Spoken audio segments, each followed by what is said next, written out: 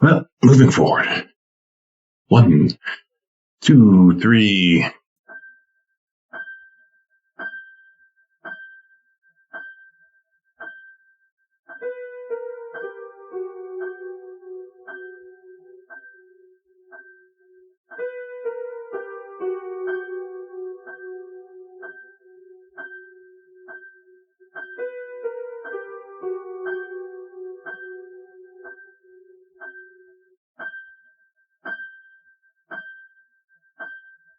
Welcome to the Chainsaw Bar. I'm your host, Mike, joined as always and often with Madeline. And this is spooky season. It is 2025, 5 years out of a world global pandemic, and we're still here, still broadcasting across the waves and internets and webs like that. This week, we're just going to cover some movies, chill out. I don't know. You've heard the opening there. Not much else to go there. We got the tabs set up. We got the movies we've watched. I've been doing this Midnight Monster Club. It's a forum. I joined it. Leah said join it.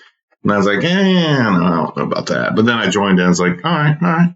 This works. This is kind of my speed. I like it. It's got fun things. People are interacting. People are throwing suggesting questions. I got a little bit of content out of it. I can't complain. Give me ideas. So it's generally been a total plus. Supporting independent filmmakers? It does, yeah. Yeah, if you become a contributor or they call vault keeper, you get to review movies. And that's kind of fun. I wish I could figure out how to put it on my big screen so I could sit there and watch it like that, but it's on my phone and I don't know how to stream it, so there is that. But you get to review things and rate them, and then they award awards. And you get a free t-shirt, a pin, a couple stickers. We did talk about this. We talked about Mother and Her Sons and the Milkman. Yeah, but I totally named it wrong. I called it the Mad Monster Club. Oh, that's something totally different. Yeah, that's the Midnight Monster Club. Yeah, so there. Correction. Ron W., thank you. It's been a pleasure. He's a good dude. He's worked with me on my subscription. I actually ordered t-shirts or something wrong. And despite that, I did get 2 chainsaw pins. I really like it. I can't wait to put on my lapels. Oh, yeah. So that works out. But this week, it is we can match with my chainsaw earrings. Yeah, totally could do that now. Let's go out. Let's do that. Just do that. Yep. It is Friday, October 21st. We got 1 week of spooky season and then 2 days of festivities following Halloween. And then it's into the cold bleakness of winter and Thanksgiving season. So turkeys, watch your butts because you kill sometimes. Let's go with Maddie. What have you watched that I haven't watched? Well, one thing I watched, if somebody's looking for something that isn't too scary and is also funny, watched Little Evil. Okay, it's cute. It was directed by Eli Craig, who directed Tucker and Dale. It's not as good as Tucker and Dale, obviously. Nothing ever will be.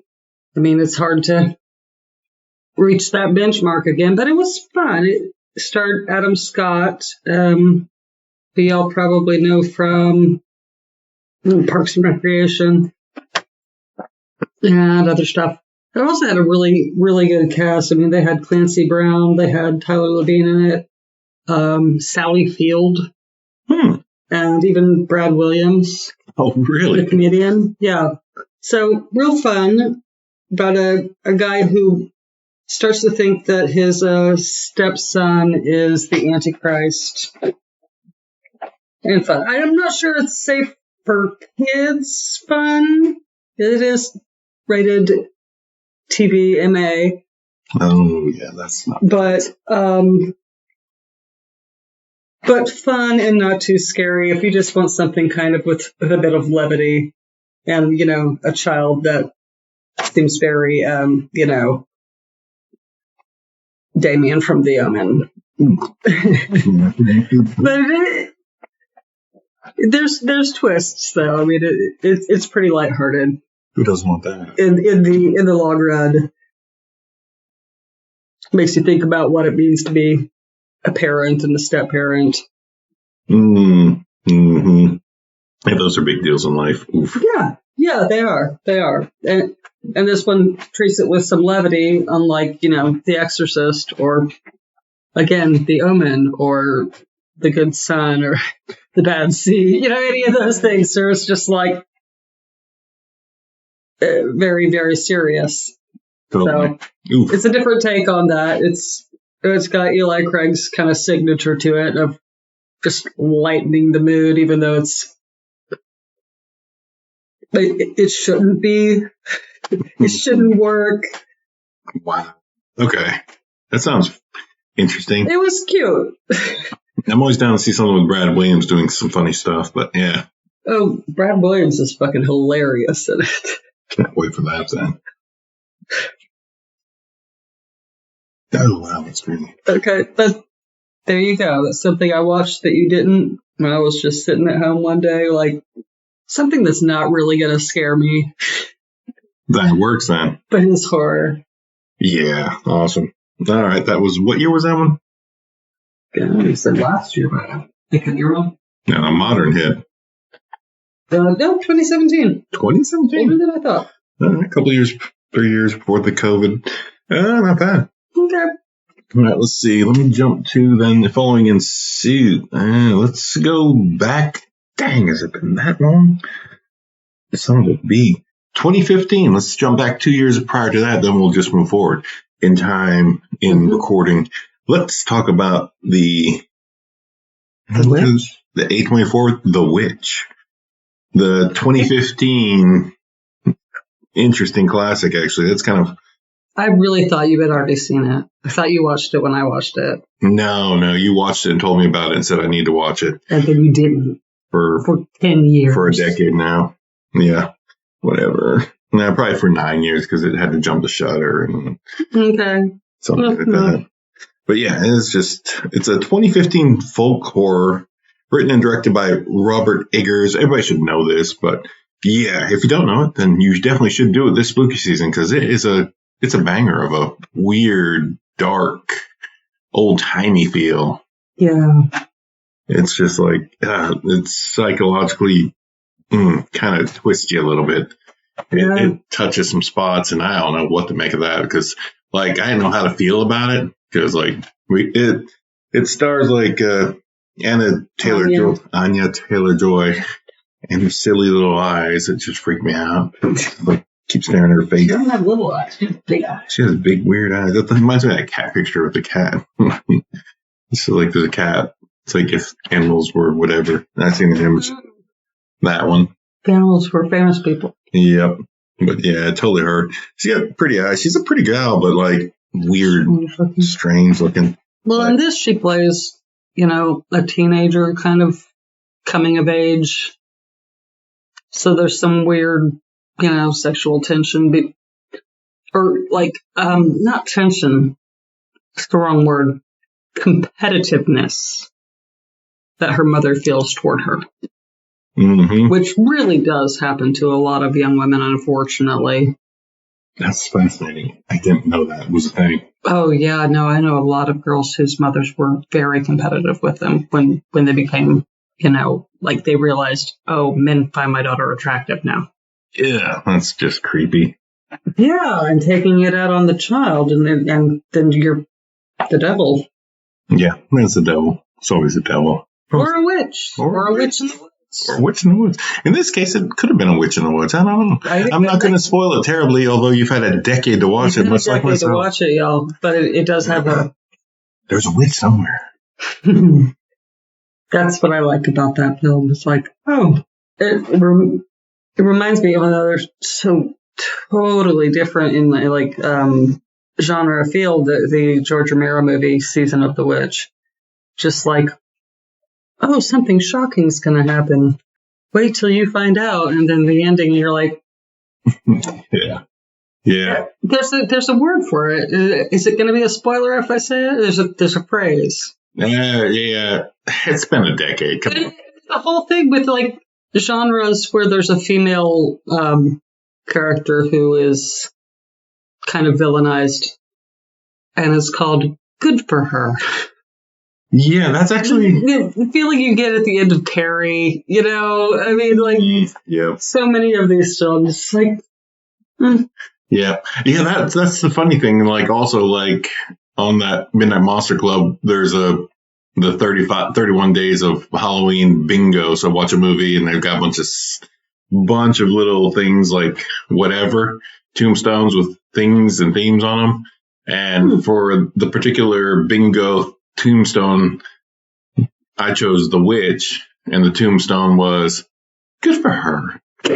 So honestly, like, that was actually like, oh, that's good for her. Yeah.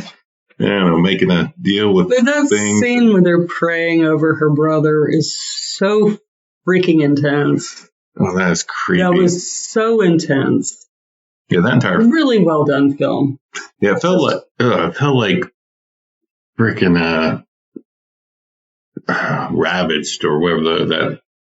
It felt just because they actually kind of got the feel of it and the desolation of it. The desolation. Because they had been abandoned by their church. They had been outcasted by their church. Yeah, they chose to be outcasts. No. His dad chose to outcast them. Oh, you're talking about the other film. No, I'm talking about the witch. Yeah, he chose to outcast them. They gave him the option to stay and do what they say, but he chose not to go with it. He was a man of faith. Yeah, and he had to believe in that, and there you go. So they got outcasted, and the wife was always wanting to go back, and they could go back, but like he had to then just bend to the wills, or he had to prove that he was more Christian than everybody else, is what it was. Yeah, I'm more pious. What was it Weird Al said? More pious than thou art. Yeah, exactly. Yeah. No, it was more humble than thou art. But yeah. Definitely, there was a whole lot of that happening there. Really strange film, but I enjoyed it. It is weird that it just rolled. It seems like it was just too slow, but at the same time, it's just like, this is steady enough. I'm paying attention. Yeah. Oh, man. Yeah, it just kind of added to the atmosphere. Yeah, I'm just trying to. We've covered it 1,000 times. Every time the winter comes around, the cannibal movie. Old Fort, Ravenous. Yeah, it's Ravenous. Yeah, it has a Ravenous feel. Cinematography wise, the set feels like Ravenous could be just filmed right next door to Ravenous's set. Totally different. Totally and completely different. Don't listen to him. It's gray. The color scheme is the same. It's cold where Ravenous is set. This is true, but the movie just emanates a cold. It's just, that movie made me feel cold. I just bundled up on the couch when I watched that film. I feel like everything was just barren. Yeah. Barren is the word I would use. And there we go. All right. Now we got that sound recorded. Yeah, you guys wanted to hear it. I'll give you a couple seconds of it so you can. Did you want to talk about the other witchcraft movie we watched? Yes, let's go there. All right. Which one was it? Weapons. Oh, man. That one's, you guys have got to check this film out. 2025, this year. Yeah, this just came out. Yeah. I don't think it's in theaters anymore, but it just came out. Yeah, it rotated out of theaters early this spring and summer, early summer. It deserved. It got what it got. It did really well in theaters. Did it? I think so. I want to say it did. Because, like, yeah, it ran its time in the theaters. And it cost $38 million to make. And it boxed $267 million. So it actually is a success. Yeah, it did a real good job. Now, like, I kind of wish I had seen it in theaters, but I just kind of put it off. Yeah, it was good. Zach Krager nailed it. Because written, directed, produced, and co-scored by Zach Krager. Jesus. Well, Josh Brolin, Julia Garner, Alden. We love some freaking Josh Brolin around here. Some Josh Brolin. We are children of the 80s. Yeah. Brolin's pretty solid. Some old boy craziness. I'm all good. Loving it. Vertigo Entertainment. Weird. But yeah, this was a good 2025 film. Like, this year's been we've been kind of spoiled the last year. Like, based on the Fangoria Awards, we were pretty spoiled. Like, within the last 14 months, because it ran back a year, and I think July was voting, so we're about 3 months out of July, so 12 plus that, 15 months of just amazing horror films, because that list of horror films is banger. I was like, damn, that's a hard choice in some of the categories for Fangoria. And you've heard this if you looked at our podcast for that emergency try to go vote thing we did earlier. We'll talk about the awards ceremony in a minute. But first we were going to talk about Weapons, which didn't make it to that. Because it was released after. Yeah, it's going to be in next Fangoria, and that's going to be... And you know it would. It's going to roll. It's going to solidly roll through that. It's kind of like how The Substance did this year. It got some stuff, and it did well. Supernatural horror film. Man, this film was just... You kind of didn't know what was going on, a lot of it. And then it just... And then when you did, it was like, shit. It's like, what the fuck is that? Like, first of all, somebody did their research about certain things. Yep. That are used in the witchcraft of people who follow the left-hand path. Yeah. Oh, man. It was a weird morning watch. That was, like, impressive. Did we watch it? No, we watched it in the evening. I don't remember. Yeah. Because it was like, it was an afternoon watch. We did an afternoon watch. My friend recommended it, said you'd like it, so we watched it, and it was just like, whoa. Basically, without any spoilers, summing it up, all the kids in this town from one school teacher's classroom, except for one kid, disappear one night, all at the same time. Some of them are seen on camera, just running off. On the Naruto running style. Naruto running.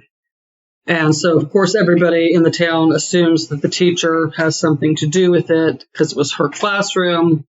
People start calling her a witch, start accusing her of things. Meanwhile, she has a real bad drinking problem.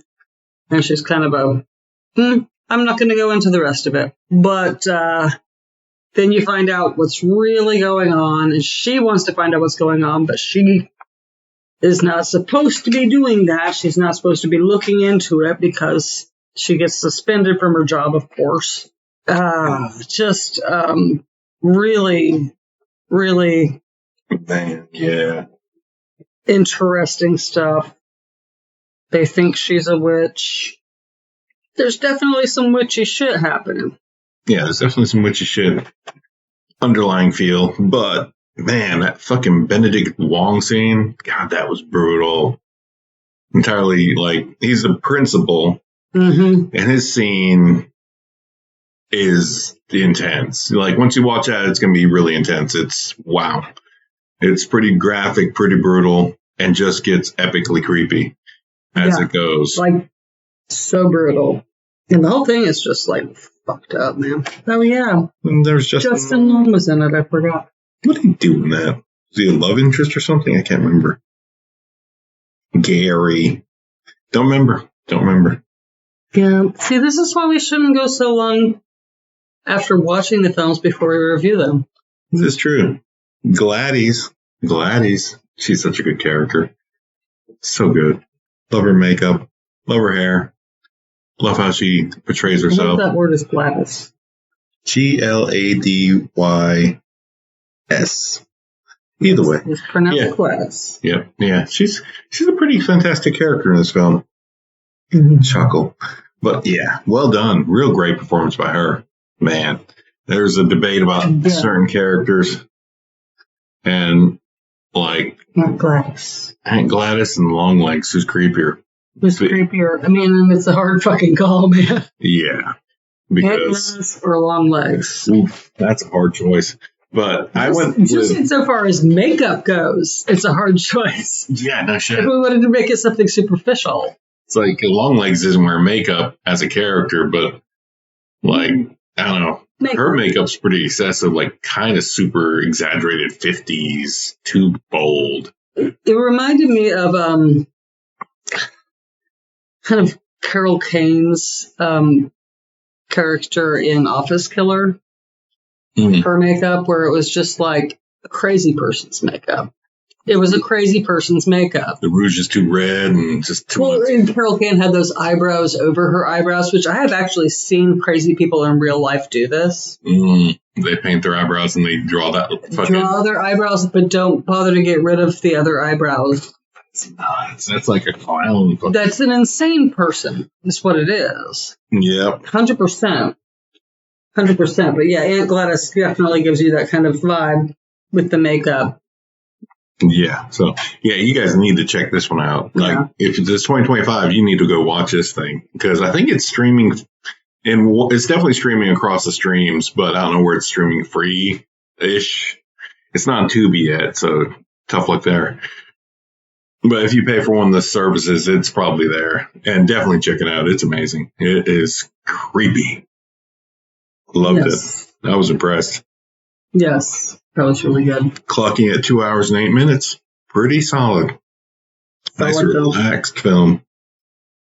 So let's see. Damn, that was good. Talk anything about spooky season? Does anybody know what they're going to be for Halloween this year? I don't, but I have a house full of what's basically costumes. I'll come up with something day of. I got a cool poncho now. I could probably, I don't know, man. I could do like slasher guy or something with that cool poncho like jacket I got now. What slasher had a poncho? Club Dread. Oh God, no! You're right. Yep, totally Club Dread it. Where's my penis? No. Oh yeah, that just hit me. Actually, I was like, where have I seen that at in horror movies? I thought it was Scream, but it's like, no, he didn't wear that. Same weapon, different costume. I've been looking at it on Fortnite for 2 weeks now, but it's like, no, that's not Scream. No. But it's like, that's Club Dread. Oh, yeah. So we're getting up there in the years where our kids are around. Our kids still dress up for Halloween, by the way, because they were raised by us. But they want to go hang out or whatever. You know, they're not like trick-or-treat fun age. So we're trying to get our little younger nieces and nephews up here for some pumpkin carving maybe this week. And I said I was just going to order pizzas, but then my mind started going in. I was like, oh, I can make the little graveyard cupcakes with the gummy worms coming out of the dirt. Mm-hmm. And I can make the deviled eggs that look like bloodshot eyes. And I have a zombie gelatin mold, brain mold, you know. Yeah, it's on the bookshelf. And I've got the cookie cutter that looks like a little skeleton gingerbread man. And now I'm going to have to do all of these things because I know myself. I know I'm going to do it. I know I'm going to find some way to make eyeball punch. You know, I'm going to overdo it like I always do. Embarrassing. It won't be embarrassing for them because little kids fucking love that shit. That's memories, man. Yeah. Our kids fucking loved that shit. Yeah, that's why I have all of this stuff. Yeah, like my brain mold I bought. I was like, I need that Jello mold. I haven't done it yet. We haven't done it but maybe once. We've done it a couple times, and we've also loaned one out at least once to somebody else who was like, hey, do you happen to have a brain-shaped gelatin mold? I'm like, of course I do. I have like 3. Do you have to have a severed hand? Because I want to go as Wednesday, or she wants to go as a Enid. I was like, I actually have one on my front porch that sits there year-round. I have a disembodied hand. Like, this is, seriously, we're not even, like, scratching the surface of how many times people have come to us for like last minute costumes or just like accessories or accoutrements to spooky theme, whatever. Yeah. It's kind of ridiculous. Hilarious, and but it's also it's who we are. Yeah. We come by it proper. We do. We came by it. We came by the VH store. I don't know where I did. My parents aren't into this shit at all. I came by it by VHS. Came by it honest. Yeah. Well, like I came by it by VHS and just actually rocking. I came probably because my dad didn't like horror movies that I would go to my friends' houses where they were allowed. Oh, yeah. And be like, okay. Yeah. But also like, you know, the love of like goth and industrial and stuff from like a really young age because my eldest brother is so much older than me that I was listening to that shit when I was like 10. Yeah, we could definitely, we got our choice Okay. I like the spooky. I like it spooky. Yeah, once I was old enough, VHS was big enough, and we were able to rent VHS. It's like, all right, you can get one VHS. It's a 5-day rental. We're buying 5 for $5. It's like, sweet, I get a horror movie. No, my dad did not like horror movies at all growing up. And like the most he would do is if it was classic, if it was like fucking The Birds. For the Universals? I don't even remember watching those. I don't think those were actually still just streaming on those were actually just being broadcast on TV during the season because Universal just kind of had TV rights. They didn't do VHS out. Well, I know he actually made us watch The Birds because we lived in the town where it was filmed in Bodega Bay for like a year. I didn't grow up there or anything, don't get me wrong. But I did live there for a year when I was in first grade. So we had to watch The Birds. And there were things like that he would let us watch. But other than that, we'd have to stay up until he fell asleep. Did you watch Psycho that time? I'm not sure how old I was when I watched Psycho. Don't think he let you watch it? I don't think he made me watch it. I think I watched Psycho. Like, I remember understanding Psycho about 11 or 12 years old. And that was at the time, like the sequel, and maybe even the third one had come out. Mm-hmm. So I kind of watched them all. Yeah, because that era, you could just go rent the damn VHS. They would do it like a marathon. True. On TV. That's what it was. And I really do love Psycho and just, but where they go back into, the flashbacks of his childhood and everything in the sequels. That's, Mm-hmm. Yeah, it's good stuff. It's different. Like, it's a different eye than Hitchcock had, but it's good. No, that was still Hitchcock at that point. It wasn't when, what's his name? Remade. The one with Vince Vaughn.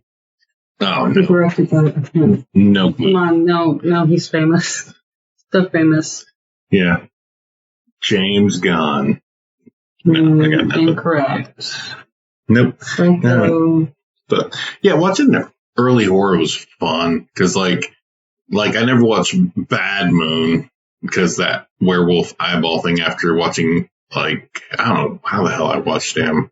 Howling and the damn, Werewolf in London, American Werewolf in London. I don't know how the hell I watched those, but I remember watching them, and, well, I'm traumatized. Fuck that.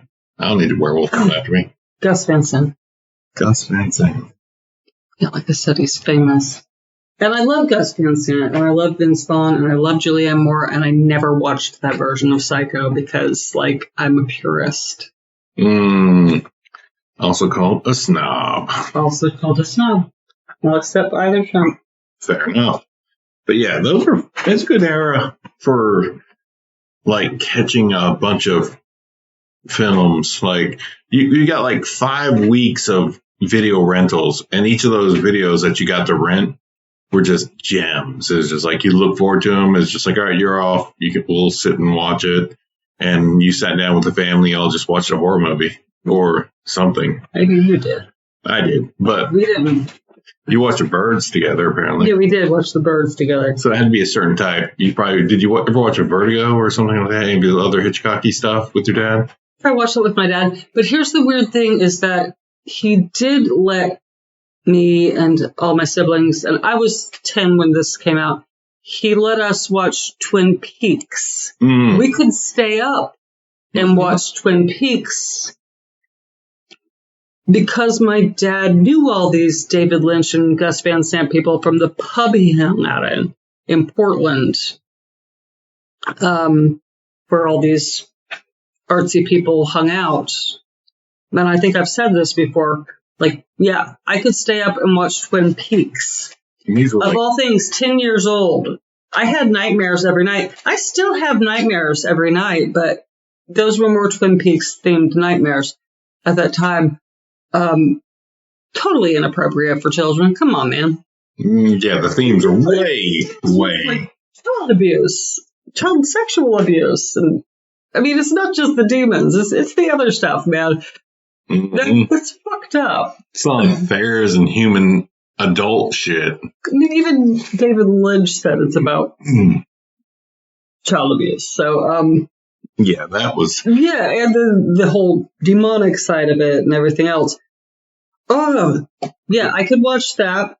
The phenomenon of it was... What it is that as long as it was what my dad considered art, we were allowed to watch it. Mm-hmm. But if we considered it smut, we weren't. We weren't allowed to watch The Love Boat, for example.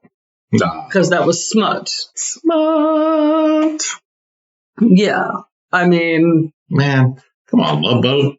I wouldn't know, would I? I only watch a couple episodes, but like you get sick as a kid, and then you're getting to watch like weird TV and whatever daytime soap operas. And sometimes that would run. I was like, "Oh, Love Boat, what the hell is this?" And it was like the replay of the like Thursday night's episode on a Tuesday morning, and it's just weird. Love Boat was a daytime soap. It was what it was. It was like prime time for a while, so that would have been like from 5 to 8. I don't think so. I'm pretty sure that was a daytime soap. Don't care. It wasn't even a soap. It was a nighttime soap, and it won an award for a nighttime soap. A soap opera needs to have a continuous story. Love Boat just was random stories every time. It was just like, all right, this is another voyage with different customers, I guess. But the main cast was there. The main cast was there. But it was always revolving around the people coming on the boat and their stories, like Fantasy Island was. So... And Fantasy Island was another television show from the past. And people showed up at this island, got their wish, and then Twilight Zone did, kind of. And there you go. Anyway, yeah, it was interesting. And I have, but it really has shaped my views about horror movies and what should be considered smut and what should be considered high art and the ambiguity. Because, so many, lowbrow trauma B movies have, really important social messages. You have to really kind of understand it, but they do. It seems obvious to me. But then again, if I could reanimate my dad from the grave and explain how Frankenhooker is a very important movie politically.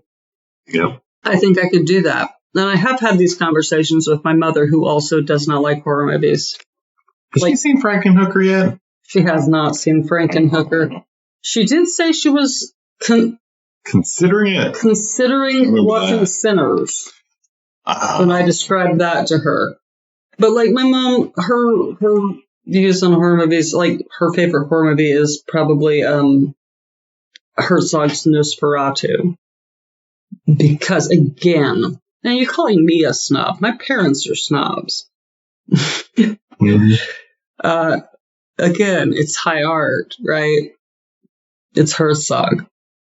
Yeah. And she'd probably go so far as to watch the Murnau one. True. Yeah, that sounds like her. Yeah, but she just really hasn't seen a lot of horror movies. And in fact, I was talking to my aunt the other week when she was over here about vampire movies or something.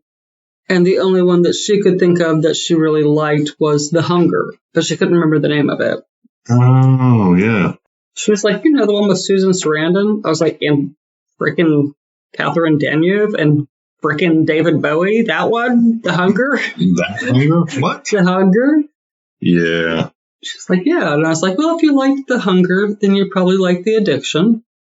And you'd probably maybe even Only Lovers Left Alive. Possibly. Yeah, sure. There's a lot of that style vampire. I think that those are great. The high art, kind of really artsy-fartsy. Vampire movies, everybody loves them, especially with black and white shit. Yeah, this is true. I didn't love The Hunger, if I'm going to be honest. It's a different kind of weird argument. I don't know what to make of that. Because, those are fantastic films in their own right, but they're different. It's like watching the frickin', that crazy New York painter guy, his 2 horror movies, Frankenstein and Dracula. Andy Warhol. Andy Warhol's version of those 2. It's watching those 2 films. They're really bizarre. They loosely follow the story. And it's just like, wickedly weird. I never watched Flesh for Frankenstein because I watched Blood for Dracula. And as much as I love Udo Kier, that movie was so gross. I enjoyed it. And it was so rapey. And poor Joe.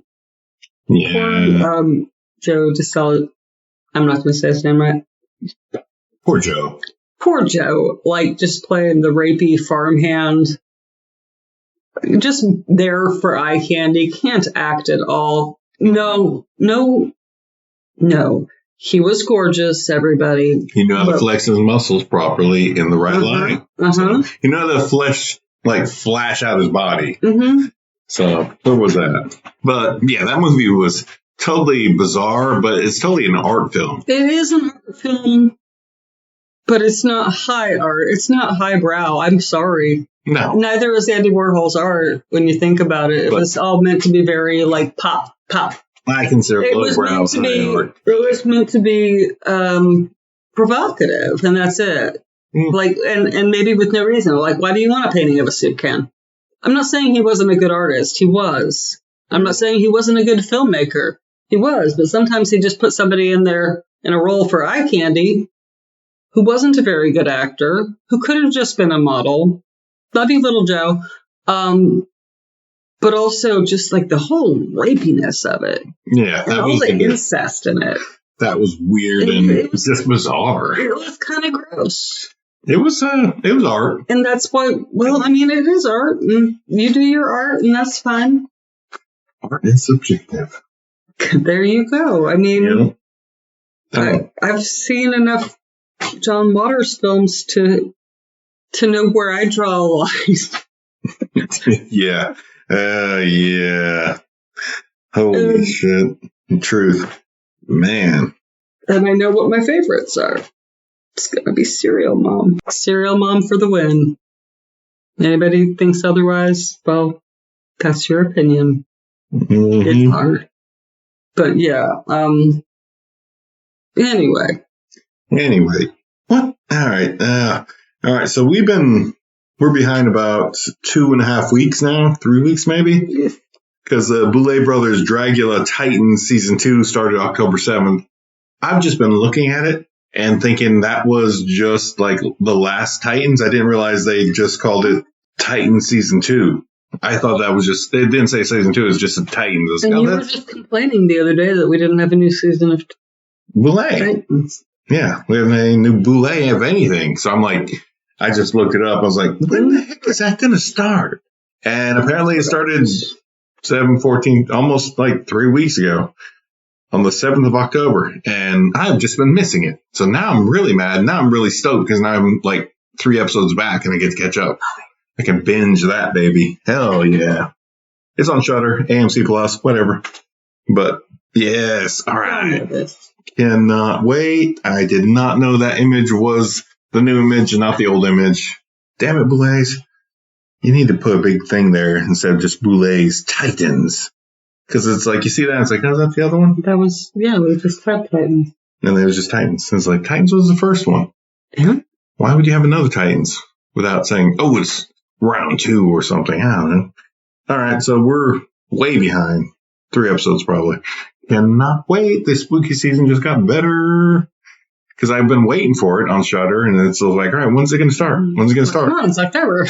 It's like, yeah, it's supposed to be start. Is it supposed to be late October starting, and then running through the winter for fun, just to keep you energized and enjoying stuff? But no, start already. Keep you warm and Son of a biscuit. That's upsetting, and totally fired up now. All right. Yeah. You want to talk about the other stuff on our list, or what? Yeah, let's jump into which one? Let's see. Which year? All right, we got, check off the witch, checking off weapons, and then we checked off your 2 early years. So I guess we could cover this is not going to take much for this one particularly, but This was a rom-com for zombie lovers. It was quick. It was fast. It's a Tuesday morning chill watch. Nothing too crazy. It's 2019's Eat, Brains, Love. Horror romance, hour 37. It's a rom-com. Yep. Rodaman Flender directed, Jake Stevens, Amanda Blake, and Sarah Yarkin main stars. And yeah, pretty much that's it. Good enough. Yeah. Good film, fun. It's a good afternoon watch, morning watch, just chill. Getting into some zombie stuff. It's a strange one. Like this. Mike loves a rom-com. I do. I enjoyed it a lot. Like the theme is it's a zombie outbreak film. They call them necros. So necro something firm. The government has a thing. Necro Control Division, NCD. So Necro Control Division, they're hiring psychics and stuff and people with extra powers to hunt down these zombies because they are trying to control all the outbreaks. And the problem with it is in this particular outbreak film, the zombie virus is spread just like an STD. So there you go. Yeah. So I enjoyed it. It was cheeky. It was simple. Nothing to write home about. It was a good watch. You need to just chill out, damn kind of rom-zom. There you go. I liked it. It wasn't high art. I watched it a few years ago. And I didn't hate it, but I don't really, there's nothing memorable. There's a lot of good graphic. There's some practical gore effects. That was enjoyable. I like that. A lot of damn guts and stuff pulled out of bodies, stuff like that. So the practical effects, if you need a splat, it's a good one for a splat. Need some damn guts and stuff pulled out, some just unnecessary ear biting off. Mm-hmm. Yeah, it's good. Little face. On the scale of Rom-Zom-Coms, where would you put it?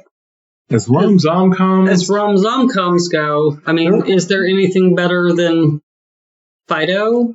Fido's good. It's just barely Rom-Zom.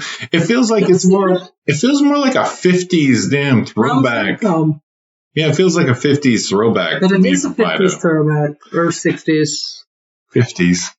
Yeah. 50s reimagined 50s when they had to deal with zombies and take them over. But it's a 50s. 50s, 60s. Yeah, that era. Look. Mm-hmm. But the ideas are really. Yeah, no, it's even like the housewife being, I have to be the perfect housewife. Yeah. Just the whole June Cleaver-ness of it. Yeah, definitely. That was why I was thinking it's like 50s. It definitely had the Shape of Water feel for the theme, like the cinematography, the sets and kind of stuff like had a 50s feel. I liked it. Okay. So other Rom-Zom-Coms that were good. I mean, there was and Warm Bodies was great. Warm Bodies was good, actually. Wasn't as good as I wanted it to be, but it was cute. And then when I found out that the writer of the film, or director both, writer of the book that it was based on, trolled Donald Trump on Twitter a few years ago and said that it was about him. That was hilarious, so good on you. There was Zombie Honeymoon, which is actually very sad. Yeah. But still a Rom-Zom-Com, just a sad one. Yeah. Let's see. But for me, I think Fido is up there. I thought that was really sweet. 2007's really cheeky. Zombies. I love that just because it was from the perspective of the zombies and they were like going through their day-to-day life. I did enjoy that kind of zom-com. That was a good one. But it wasn't a Rom-Zom-Com. Yeah, was it? Because like he was in love with the girl I'm trying to remember this one. That's the one where everything's in fast motion for them, but they're just zombies. And it's like, man, this is really slow. Like, for the zombie, it's like, damn, the zombies are slow, but like, damn, they're still coming. But for them, it's just real time. It's real time, yeah. That was fun. Yeah, I enjoyed that film a lot. That's cute. So that's like a solid film. But yeah, there's been a few. Mm-hmm. But zombies. Yeah, we covered this one some years ago. We did. But yeah, rom-com zombies. Yeah, kind of tricky to find. Rom-Zom-Coms. Rom-Zoms, yep. But yeah, like for the standard warm bodies and zombies, kind of like pinnacles. They're both comedy-ish. They're good, easy watches. There's nothing. There's gore and there's splat, but it's nothing too deep. But there's some thinking still involved because you have to deal with the bad guys without being too cerebral. Yeah, and I enjoy that. Makes sense. So in the 2000s, we've had more of that than we've had since Romero. Zombies were so hot in the 2000s. Yeah, especially like the teens. The 28s, all the 28s, those things. Ugh, fast zombies. Ugh. Gross. Yeah, I don't remember what brought zombies back so good time. I tell them. All of a sudden, just everybody else liked zombies, and we were like, we liked zombies before they were cool. I like zombies. It's a great genre. Can't hate that genre. But yeah, I don't know. Yeah, fucking Fido's good. Shaun Dead's not really a zombie, Romney. Relationship with Liz, I mean, they're dealing with the zombie apocalypse. Yeah, that one's up there because it's definitely a romantic comedy. So yeah, that is a rom-com, and I'm gonna say that probably takes the cake. That one does probably take the cake. Although the other three we've mentioned are fantastic zom-coms. 3 or 4. Yeah, so good stuff there. Love a zom-com. Rom-Zom-Com. Rom-Zombie-Com. I mean, are you going to say Zombieland is a rom-zom-com? No, that's more of a family one because they're all becoming family. They're all becoming a tribe. There is the relationship between Tulsa and Tallahassee. Well, I don't remember. Yeah. Towns, cities. Between boy and girl. Yeah. Not Woody Harrelson, who's more of the Zom dad. Right. Yeah, so there's that. Like Tallahassee, Austin, can't remember. Cities, whatever, done. But yeah, Zom-Coms, man, fun stuff. And it's such a dynamic playground for films because you can have an underlying, like the focus of the film is this thing, but you can play around that. But people watching it's just like, oh, that's the thing because that's the main. Yeah, that's the main story that the story writer wanted to tell. Because that's the only thing he had. Then he had to just add the other stuff and got writer them. Right, and that's what I think is the difference between like Warm Bodies and Fido is that the romantic relationships are kind of the focus. Yeah. So we'll just mark that one off. Eat Brains, Love. Fine film. Good watch, easy. No big, you don't have to think too hard. It's a fun find. Good time. Easy peasy. It's like the splatter's good, the ideas are fine. That one gal's just crazy looking. I don't know, she's just weird. She just weirds me out. The psychic, she just weirds me out. I like her, but she just weirds me out. I don't really remember that from too much. But no, she's the curly headed one that keeps thinking, oh, this zombie guy's all right. When did you watch this? 2 days ago. Okay, yeah. So like a couple of years ago. Yeah, like, well, the weekend, but yeah. Yeah, she's just like, the zombie asked me if I was all right. Real people, real guys in life don't even ask me that. Aww. And she was like, this guy doesn't seem like a regular zombie. He's a complete idiot. That's true, man. But she's not wrong. Yeah. It was good. I liked it. That was kind of the fun part. And the ending, I won't spoil it, but it's just like, wow. Really? Wow. And that's all I got to say about Eat Brains Love. Outside maybe having that poster on my wall or just making one and give it to my sister-in-law to put on her wall. Because she is one of those kind of cats that likes those kind of signs. Brains. Yeah. But she might now. Maybe. She might. She might get it. She might get that you're kind of gently poking fun. All right. All of her inspirational thoughts. There is no eat or live, laugh, love in my sister's house. Like, neither of my sisters, y'all, honestly. May as well be. But, they have access to this shit. No, they might even listen to it. Who knows? Historically, they'll be like, those mother. Yep. Yeah, we're laughing at you right now. The fuckers. They're not going to go those mother and just stop. Yeah, shut your mouth. Yeah, whatever. They're not going to shaft that. They're going to say, that motherfucker. Facts. So, let's jump with, let's do Beyond the Gates, but let's also cover something really fun, really dumb, really just enjoyable. Because this kind of feels like, this is an 80s kind of flip back feel, because Beyond the Gates, Barbara Cranston's produced, I think she did this one. She produced? I think she did actually produce it. But, yep, Barbara Crampton was one of the producers. This is one of her big deals. 2016. She's also one of the main characters in it. It's a horror film. These two brothers inherit their dad and mom's video store, VHS store, and their dad's just disappeared.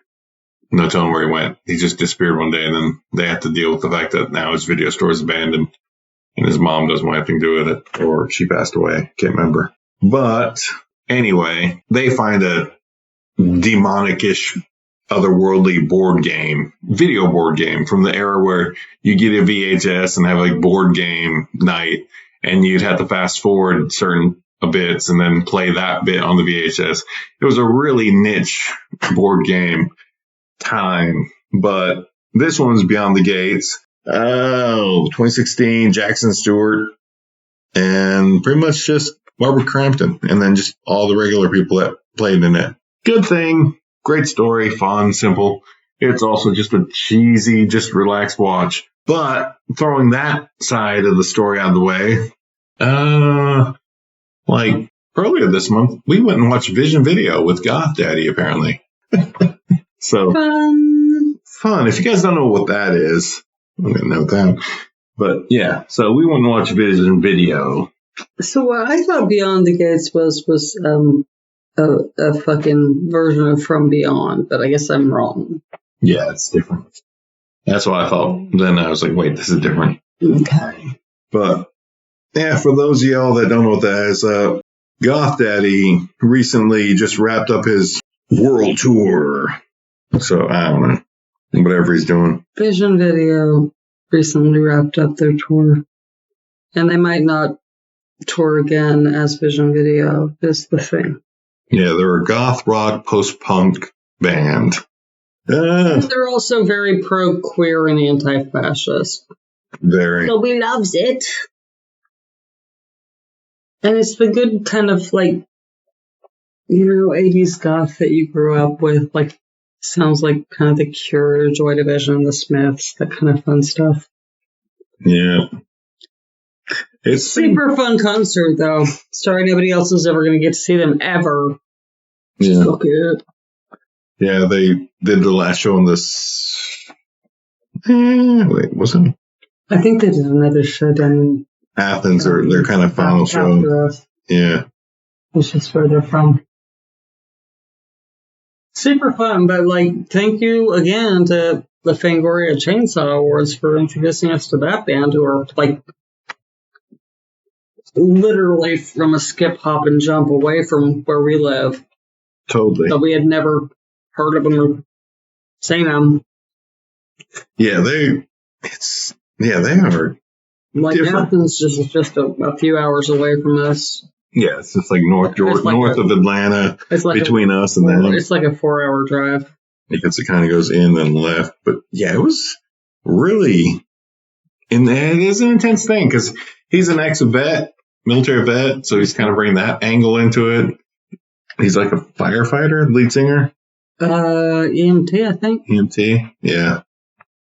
But so he's got that different perspective of them being in the shit. And very fucking political. And I totally respect that. And I'm out here saving lives. I've taken lives. I'm talking about the fucking real shit. And here's to you, Dusty. Yeah. Yeah. So that was a great night. I'm glad we did that. But have you never seen the Goth Dad little clip? I haven't seen his like that. Oh, it's slightly embarrassing, but kind of cool. Yeah. No. Yeah, he was good. Like us. We're kind of embarrassing, but kind of cool, depending on our kids' friends and what shit they're into. Right. Yeah. Yeah, that's how we come across. But yeah, that was a real fun show. That's a nice night out at the Grey Eagle, classic Atlanta or classic Asheville club. Where the fuck do you think we live? I don't know, man. I just think of Atlanta. Las Vegas and the Christmas. Get out of here, man. The cat's trying to get out of the room through the wrong exit, through a folding door thingy. Screen. Yeah. You go around. Take the long way, you fat ass. Yeah. Anyway. Let me herd a cat right quick. Wrangle the cat out of here. Herding. There it goes. They say it's difficult. I just did it.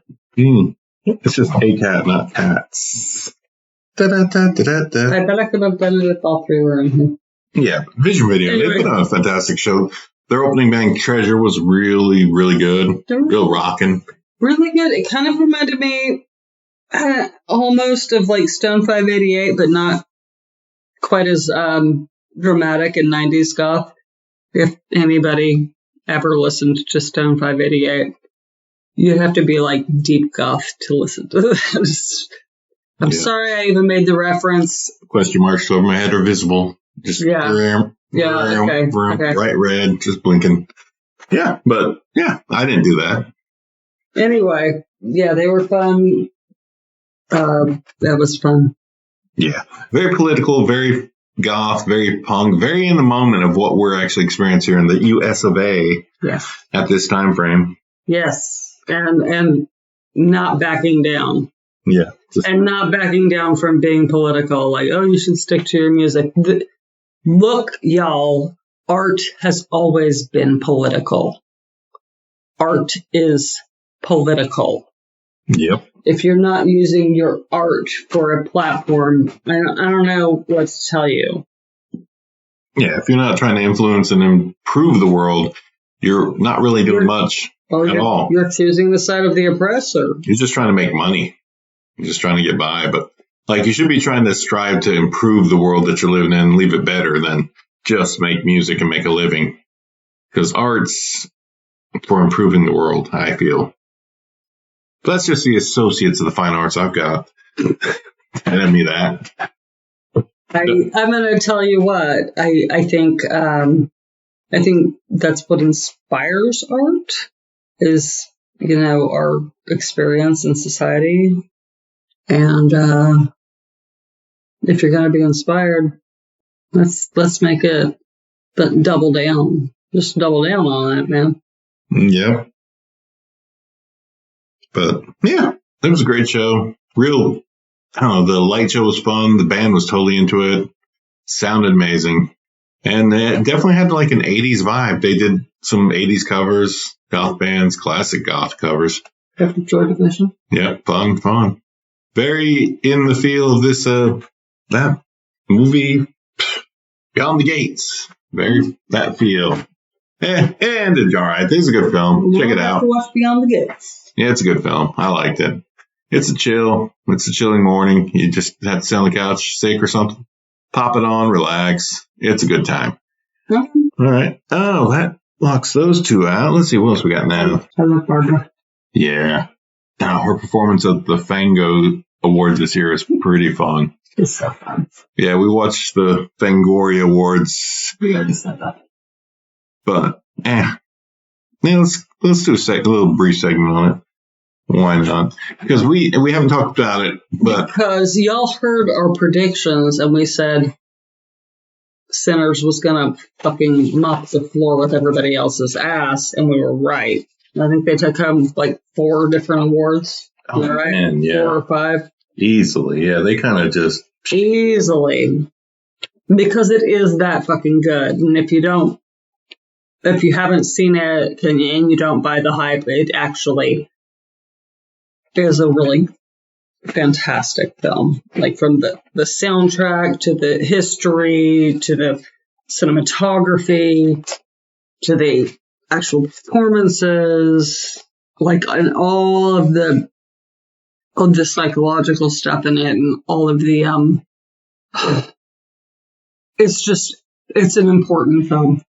Like I have friends who do not like horror films who were like, Madeline, did you see Sinners though? And I'm like, yeah, why did you see Sinners? They're like, well, sometimes something's important and then it's so fucking good. And I'm like, okay. And these are friends who really don't like horror movies, don't like being scared, don't like jump scares. And there really aren't a lot of jump scares in that film. Maybe 2. But I jumped at both of them. Yeah, I jumped at one of them for sure. It was great. Was it the snake? Damn right it was a snake. That thing was terrifying. I jumped the first time the fucking vampire flew. And I know vampires can fly. Man. You jumped at the snake, too. I also jumped at the snake. I didn't say I didn't. Yeah. I could have predicted the snake, but... yeah, we definitely were... I jumped back to the 107. That's when we did our Leatherface and Lace Fango Award choices. Let's see. We went with, of course, Sinners as being the best movie. Mm-hmm. Let's see. It was. I don't know. I think I did movie. I think I went with Long Legs because I really just kind of hoped that one would get there. But Sinners was so much better. We didn't know what Azrael was, but actually I think it did. That one did win. Something. Yeah, it won like best short release or something. Yeah, best limited release. Which I really was hoping for Getaway to get. Yeah. I really, in saying this, I haven't seen Azrael, but if you haven't seen Getaway, y'all are missing out. Fucking Nick Frost, come on, he's your boy. Yeah, we definitely went with Getaway instead of Azrael since we didn't see it. Well, we haven't seen any of the other ones, actually. Yeah. But having said that, having not seen the rest of them, I'm pretty sure I would still go with Getaway because I liked it that much. I liked it a lot more than I like a lot of films. Yeah. It was just a lot of fun in a Nick Frost way, you know? It's Nick Frost, man. Yeah, we both went with the best series, The Last of Us. Yes, that did win. That did. Best lead performance. Let's see. 16. I think, we definitely went with Demi on that one. Which is what won. Yeah. But then we went with best. We were very good at this. Yeah, we were pretty solid. Best support. That was an interesting. Best support, Nicolas Cage for Long Legs. That is correct. You were correct. No, I don't know. I'm checking the actual results. No, I remember that was it because you were like, he was a supporting actor. I'm like, yeah, he wasn't the lead role. Oh, yeah. Let's see if I can find a better. No, the one is not missing. Best worldwide was Sinners. Yep. Best limited was Azrael. What was the best screenplay? Because we both picked Heretic. And it wasn't that. Best screenplay, of course, won the Sinners. Damn. Fair enough, but Heretic was really good. Yeah, best cinematography, you went with Substance, and I went with the Sinners? Substance. But it was actually Nosferatu. Pulled that one. Nosferatu got that. That's pretty cool. It was hard to see. It was dark. And we both went. How good is that? Yeah, we both went with Sinners as a score. Obviously. Best costume design. We went with Sinners, and it actually turned out to be Nosferatu. Nosferatu. It looked like that Ugly Stepsister film could have really pulled it off there if more people had seen it. Best creature effects. We went with the Substance, and Substance won. That was awesome. Oh, yeah. Best documentary. I mean, I don't love body horror, but I recognize good creature effects when I see it. Yeah. We went in search of something, In Search of Darkness. Whereas Romero's Resident Evil, we hadn't seen one. Yeah, that's so weird. I don't see... which Romero directed Resident Evil? Was it his daughter? Was it Lisa? No. Because, I mean, George Romero's been dead for a few years. But the documentary is just Resident Evil. It wasn't... Resident Evil, so TV is an entire thing, but that's not a thing related to Romero. No, it's not related to Romero. I mean, it's a video game. It's a video game. I don't even understand. Yeah, it's not... It's just like... I would have to say it, Resident Evil. But it's not based on the video game, the Sony video game. It's not based on the video game. Nope. Okay, so then it is Lisa Romero. Yeah. On the cover of that copy of Fangoria magazine, sitting right there with the zombies on it that you haven't read yet. I was started it. I'm like into it. Let's see. We did Best Series, The Last of Us. What is that? Okay. Best Give me the one fucking episode of The Last of Us with Nick Offerman. Oh yeah. And that's it for me. Yeah. I don't need the rest of the entire series. That fucking episode, that love story was so beautiful and tragic and everything. That was everything. I just tapped on the table. You're going to want to mark time. Or not. Yeah. We're not. I think we're hanging this thing here though. So that kind of turns a little bit of it. Oh, how about that? I kind of like that. Cute. Best director was Coogler. Yes. And best director, I think actually he did get that one. Yeah, he got that one. Well, I think that's so cool that he just did other kinds of films moving up to horror where he wanted to go, and now it's just I want to make more horror movies. Yeah.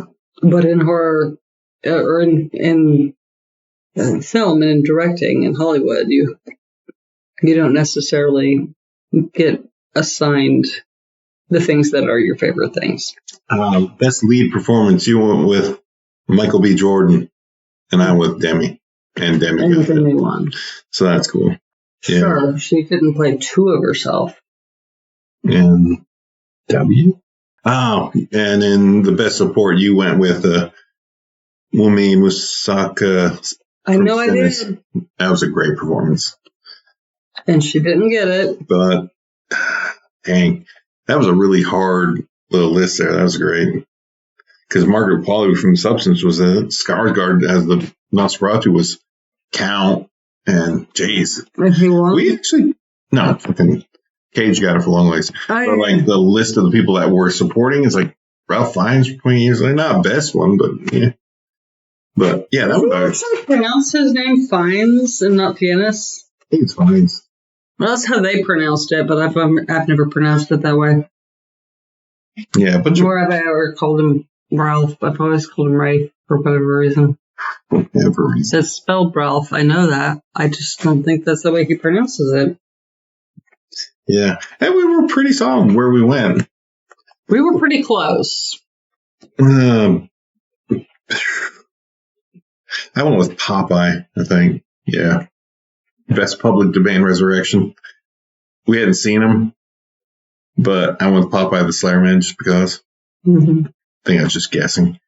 But that one actually was run. It was Screamboat. Yeah. And it's getting a sequel. You're welcome, people. It's getting a sequel. I have no clue, no idea about that one. It's wow. Screamboat. All right. Should we leave the rest of this for this? Because now it is hour 15 in. Unless we want to do an hour and a half show and knock this rats out. Yes. Let's wrap her. All right, let's wrap her up. All right. That's all we got for this first part of the spooky season. We're going to definitely try another one next week before the bell tolls on spooky season. Yeah, I've got 4 more things on this list, and we haven't even gotten on to the next stuff yet. So we'll try to get back with y'all soon. I got a day at the Goofy Time tomorrow, so I can edit this all day tomorrow and chill. And this should be out probably, with a little luck, maybe late Sunday, the 26th of October this year. So fingers crossed, don't get lazy. 26th of October, this should be dropping. Ooh, we should make some apple cider when the kids come over. Oh, yeah. Man, if we could also do the apple cider's good. Hot apple cider's good. Like with the slushy, do cold apple cider slushes. Those are, I think it's... Depending on what the weather's like? Depends on the weather, yeah. Because that was really good. Hot apple cider, like we could go over to our local apple orchard just over the mountain in Waynesville. Barbara's Orchard is doing all the apple stuff because it's season. They make great apple cider donuts. Oh, my Lord, so good. They make good cakes. They have apple cider slushies over there, I believe. But we have a slushie maker. Yeah, but they also sell the apple cider you need because it's that season. My coworker Nate went over there just to pick up Honeycrisp apples because they're in season, and he just munched one. I was like, kind of jealous. And if you don't live here around our area and have never had a Honeycrisp apple, you don't understand that those are the best apples. They're pretty impressive. I kind of like Granny Smith's because I like the crisp part. Sour. Like sour, yeah. But outside of that, they're a fantastic apple. Honeycrisp apples they're just part of where we're from. Yep. Yeah, this area's got like a lot of apple orchards in it, and this time of the year it's all about apples. From about the end of summer, apple season starts picking up. And this is September. In September, sometimes late August, they start pulling the early apples, and then they start releasing early apples, and they're interesting because I know, like, it's been since August that I know Barbara Orchards has been on fire. Barbers. So, like, I know, like, September was hot as heck. Yeah, September is usually when the apple season kicks in. And October's just been ridiculous because, like, even a couple guests of mine brought us and coworkers some cider donuts from the orchard. Those cider donuts. Wow. So like, here you go. I was like, and I was like, oh, I'm so glad that like you are on a diet and you accepted those and the rest of us get to eat them. Lucky F. So we're going to have to go get some apple cider from the apple orchard. We're going to have to go to Darnell's Farms for the pumpkins, for pumpkin carving. Yeah. We're all over the place, but support your local businesses and your farmers when you can. Yep. When you can, y'all. When you can't, we're in a goddamn government shutdown, and it sucks. Yep. Get what's good. Get what you can do. But a lot of these places actually accept SNAP and stuff, but they're cutting off people's SNAP. Yeah, so that's bullshit. But do what you can do. That's all we can advise. Definitely get you some fresh apples, though, from the orchards if you can. If you only can get one, definitely enjoy it. Yeah, and Honeycrisp apples ain't cheap. No, but they are good. They're so good. So that's all we got about this episode of the Chainsaw Bar. Blah, blah, blah. And it's spooky season. It's a good time. Coldest day of the year so far was today. And yeah, it is what it is. It's getting cold. Could be in the drabs of winter. And it is 9:30 at night. So we're going to wrap this thing up, go watch some TV, and I got to go back to bed, go back to work. So from us here at the Chainsaw Bar, we send our love. Y'all take care, our worldwide listeners. Y'all take care of yourselves. Be friendly, be kind, because that's pretty fucking punk rock. And that's about all I got. Anything you want to add there? So on 3. 1, 2, 3. Vroom. Cheers, y'all. Take care. Call your mom.